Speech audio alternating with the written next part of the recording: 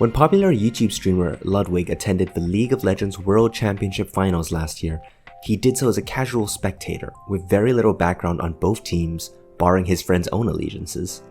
He had no real opinion on who he would root for. That is, until the opening ceremony introduced the storyline of Faker versus Deft. Deft and Faker went to the same high school, and so it seemed like they both had the same starting point. Faker went on to be one of the greats of the game, while Deft never quite managed to reach those same heights. This gave the match a feeling of climax, and within minutes, Ludwig was invested, even going so far as to root for a team that his friends were not rooting for.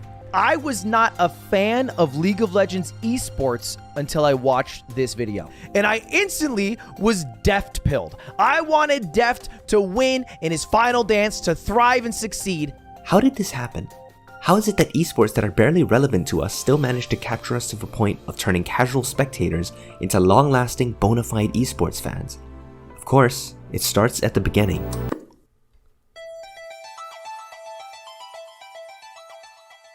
One of the most classic ways for any media form to capture the attention of an audience is to align them with the core character's motivations. We can all relate to a time where we felt the pure joy of excelling at something and wanted to just get better. And very few people in life experience no frustration from failing to achieve what they want right away. Esports are no exception to this rule, and it's very similar to the feeling of enjoying a traditional sports story or anime. It feels good to see hard work pay off, and even better to see tangible results in the form of wins. But nobody likes to lose, and there's no athlete in the world, esports or otherwise, who wouldn't train hard. So this is barely enough.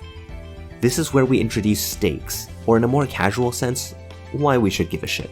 Stakes give us a reason to get invested, such as a prize in the form of fame, glory, or more often than not, money. Money is an easy way to put a number on the stakes, and whether we like it or not, it's a great way to communicate the scale of victory. When Valve released their Dota-centered documentary Free to Play in 2012, it became very easy to communicate to the masses how important this tournament was by focusing on the $1 million prize, which was unprecedented for esports at the time. They were able to transfer this feeling onto the additional stake of international glory, but the figure made a good stepping stone. Stakes don't have to be positive or feel good to be compelling either. A backstory of negativity can fuel one's desire for redemption, vindication, or closure on a loose end. The 2018 iteration of the Dota International featured one of the most popular storylines to date, the Cinderella run of OG, a team built on long-term friendship, betrayed by their co-founder Fly, who joined another team in search of the glory he always seemed to fall short of, came all the way back to claim victory over the team that Fly had joined. It was almost too perfect. And as much of an emotional journey as it was for the once upon a time partners in crime, there was something deeply satisfying as an audience seeing No-Tail's victory and closure. They became an easy to root for team as both underdogs and emotional favorites after their satisfying redemption run to EG, and even carried that momentum over to the grand finals.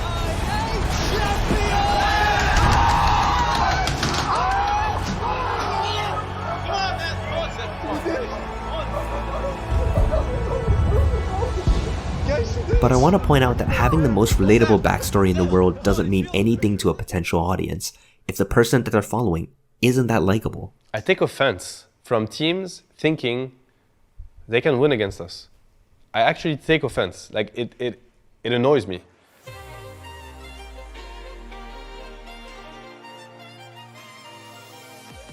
When talking about storylines in the real world, it becomes tempting to talk about the people involved as though they're narrative characters. But as with every kind of reality media, they're not. They're real people. Following these people gives you a glimpse into their gameplay, but also allows you to feel more connection and empathy for them as a person. It may not seem like an important factor when the stories are at the core of what drives fans to follow along, but the people involved in the storylines often have a massive effect on the viewers and can influence the tone and even the type of followers that an esports story can capture.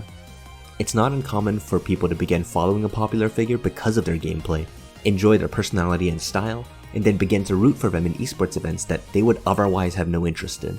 Because of the semi-social aspect of streaming amongst esports personalities, it almost feels like cheering on a friend who happens to be a professional level esports athlete.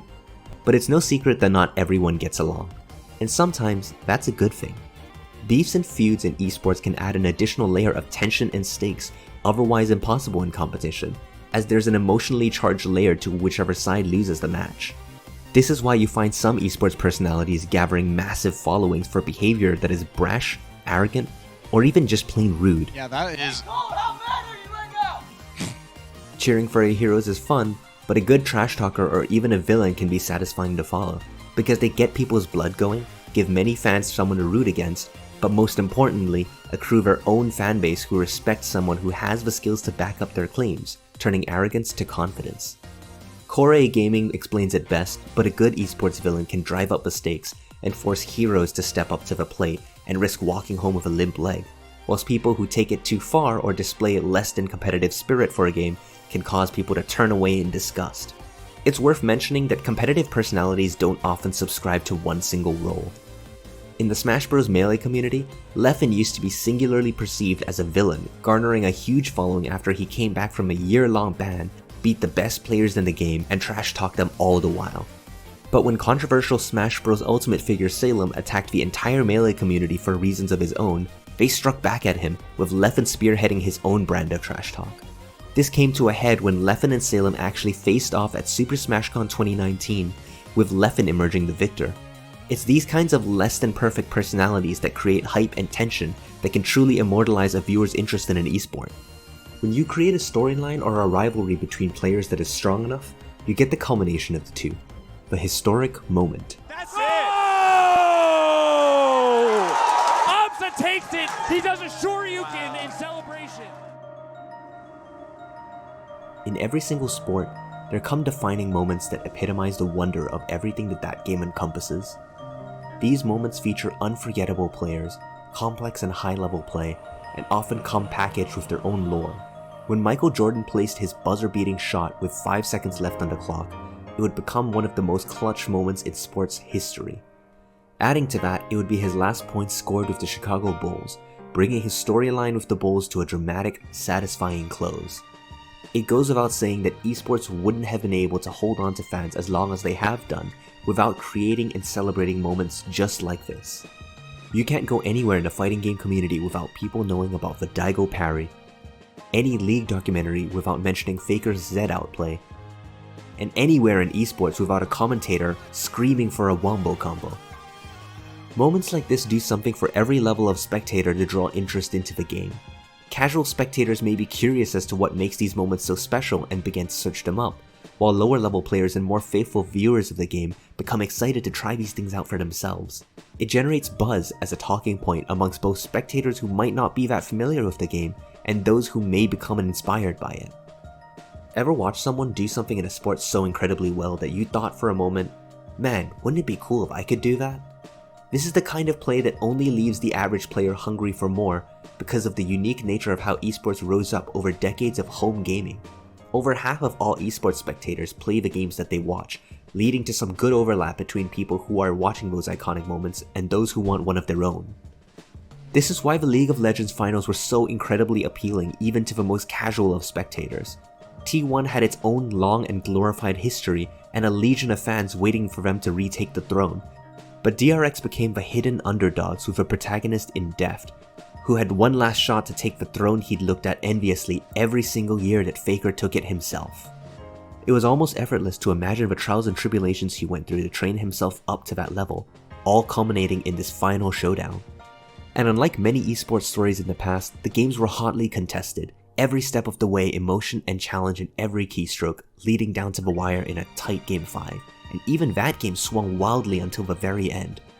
With high-level plays and stress that frayed all the players' professionalism to a sweaty mess, it was an incredibly human moment for both teams as DRX clawed victory out of the palms of a distraught T1, solidifying the legion of League fans in the crowds for as long as their favorite players could still play the game.